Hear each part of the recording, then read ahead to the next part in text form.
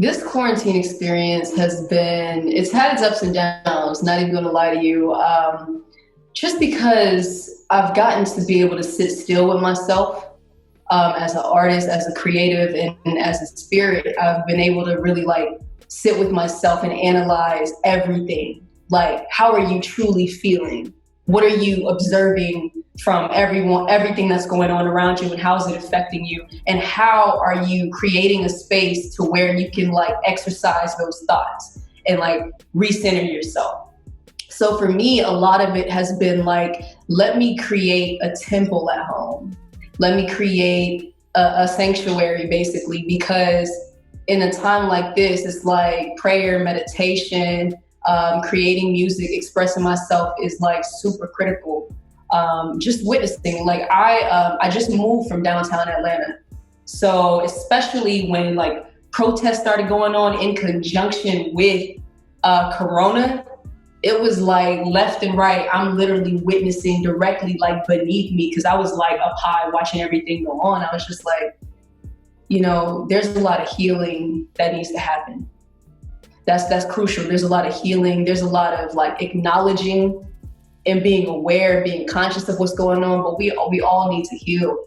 We need to find that safe space. So like, aside from that, like a lot of the things that I was doing was, of course, writing music. Yes, I still got to stay creative. I still had to find my own piece. Like painting was my thing, like creating artwork. I actually, we're on the Zoom, so I could actually show you, but I created a piece in honor of George Floyd that I'm still working on. But just kind of like finding ways to really like just like be centered and be creative and be productive, but also like be still, because I think that like this whole quarantine period is really taught like a lot of people like you need to like really pay attention. That's how I feel. I feel like you have to really pay attention to what's going on. So our brothers and sisters all over the world, you have to really like have this. It's like spiritual warfare, I feel like. So it's like you really have to like sit down, be still, and think about it. So, but quarantine, it's like I said, it has its ups and its downs, because there's moments where I didn't feel my best. You know what I'm saying? There's more things that I wanted to do, but I'm like, I literally just can't do it right now. So it's just like a lot of like navigating. And that's kind of what it's been. It's like, how do I navigate a new space and still maintain positive, still maintain productive? So yes, I am MK, and XYZ represents that part of me that I couldn't define.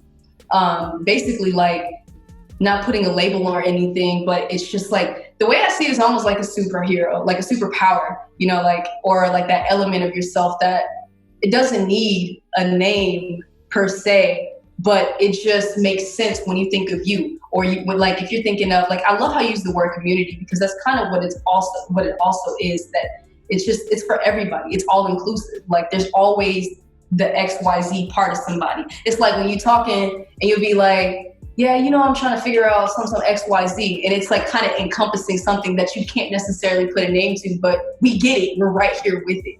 So for me, like just being like being in the community, being queer, being a woman of color, just being able to be all these different things, but not putting it in a box, not having expectations on it, and just being that individual. And it's definitely just representing that individuality that doesn't need a title or a label. So for sure, that's what that is.